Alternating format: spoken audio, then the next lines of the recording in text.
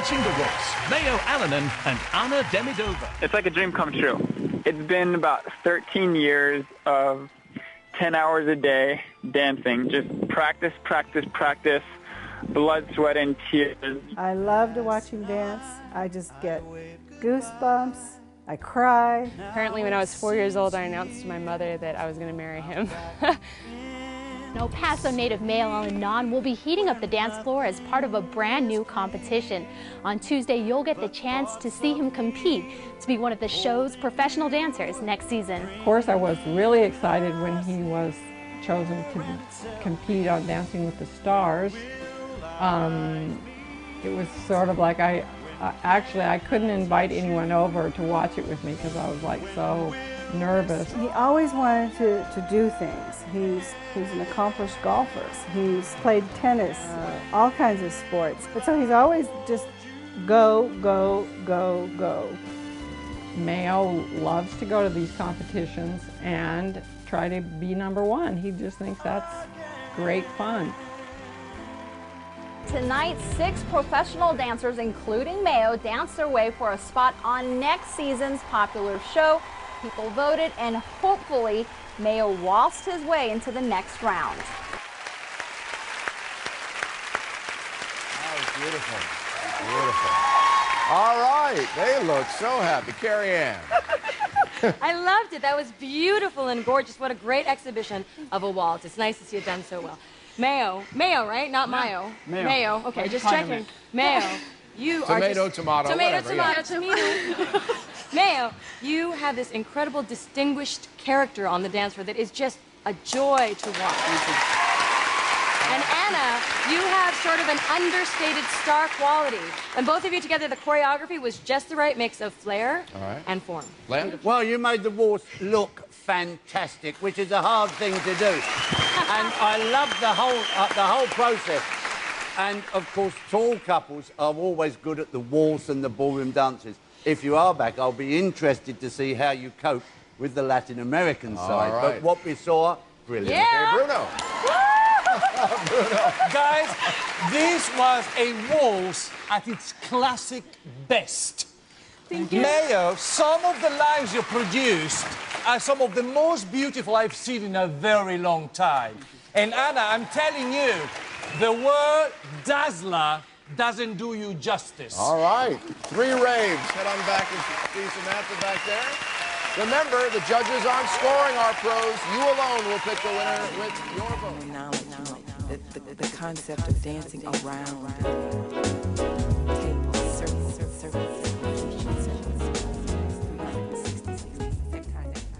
In his baby book, when he first was born, for some reason I like those Flavia cards, and I have one of her cards in there, and one on the front page of his baby book is one that says, "Soon, very soon, you'll be out there dancing." I am his #1 fan.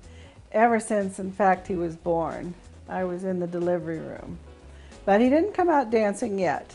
That happened when he was about, I think, 10. He was born into a family that didn't know anything about ballroom. We didn't know about getting him special coaches and doing some of what some other of his competitors had, which was lessons at 5 years old from really good dancers. My name is Mayo Alanen. I was born here in El Paso. I am the middle child of 3. I have a little brother and a big sister. My big sister is more like a little sister though, because she has a very rare genetic disorder called Angelman syndrome, so it kind of has always felt like I'm the oldest. I have my mom is still alive. My father passed away. My father has kind of an interesting story. He was an immigrant from Finland. He came over from Finland with 2 tennis rackets and like $5 in his pocket, and basically made a life for himself out of nothing. He was in New York City and there was a blizzard and he slept in his van outside in the cold, freezing his ass off. And then he basically, you know, made a life from nothing. He was a very talented graphic designer, an artist, an architect. He went to the Helsinki Institute of Architecture and became professor of architecture at Ohio State.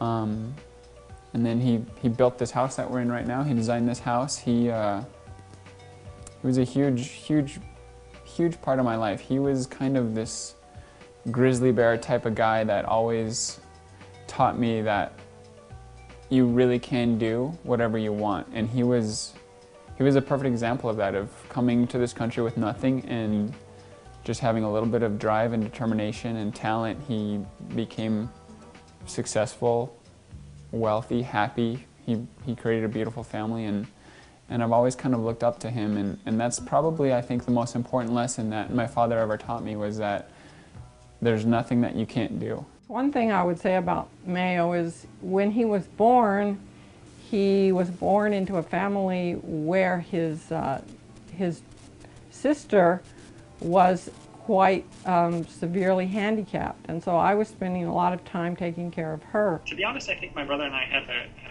a good childhood. Our parents were very lenient, and we kind of were free to sort of explore with a certain level of freedom what we wanted to, and we were kind of encouraged to be independent. I remember putting the milk down low and the cereal bowls down low and the spoons and everything, the milk in the refrigerator, everything went down low because the boys could go and find it and take care of themselves while I kept Mia alive. And this is the little lady who helped Mayo become very self-reliant, because when she was a little girl she was quite a handful. And Mayo learned early that if he was hungry he could go get something because Mama was off doing something with Mia. When Mayo was little he was always kind of in an upbeat mood. He was a very affectionate, fun little boy. Mayo had like a birthday party in middle school. He invited a bunch of us friends over, and Mayo was wearing like a shiny gold jumpsuit. If there's one thing I can say about Mayo, he's always been very comfortable in his own skin from a very young age. Ever since then, he's been hasn't been shy. Well, how does it feel to be a teenager? It feels the same.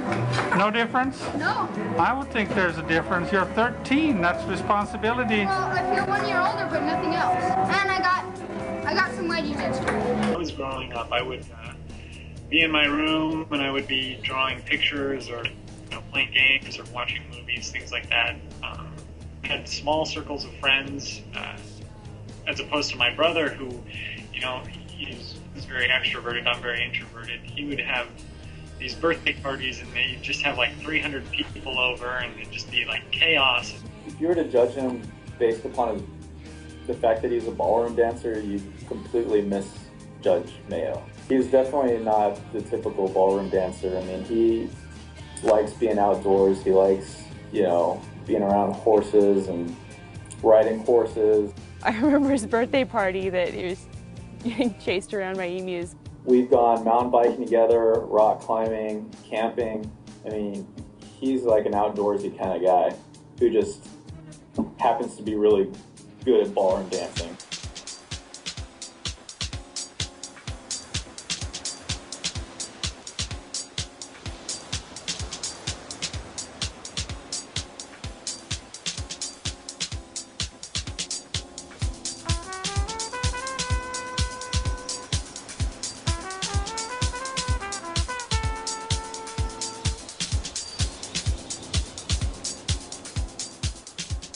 Before I found what I was really passionate about, I had to try a lot of things. When I was young, I played a ton of sports. I played soccer, I was on the swim team, I played tennis, I played football, you name it, I tried it. And same thing with musical instruments. I really loved music, so I played the flute, the trumpet, the guitar, piano, viola, you name it, I tried it. And I just kept kind of bouncing from thing to thing because I would try it, I would like it for a little while, I would get bored of it and I would move on. Somehow he was just sitting around one day and this dance competition came on, which was the Ohio Star Ball. I was actually sitting in this room on the foot of my parents' bed with my mom watching the Ohio Star Ball on TV, and Gary and Diana McDonald were dancing this It was like a Michael Jackson cha-cha routine, and he was like spinning on his back and doing the moonwalk, and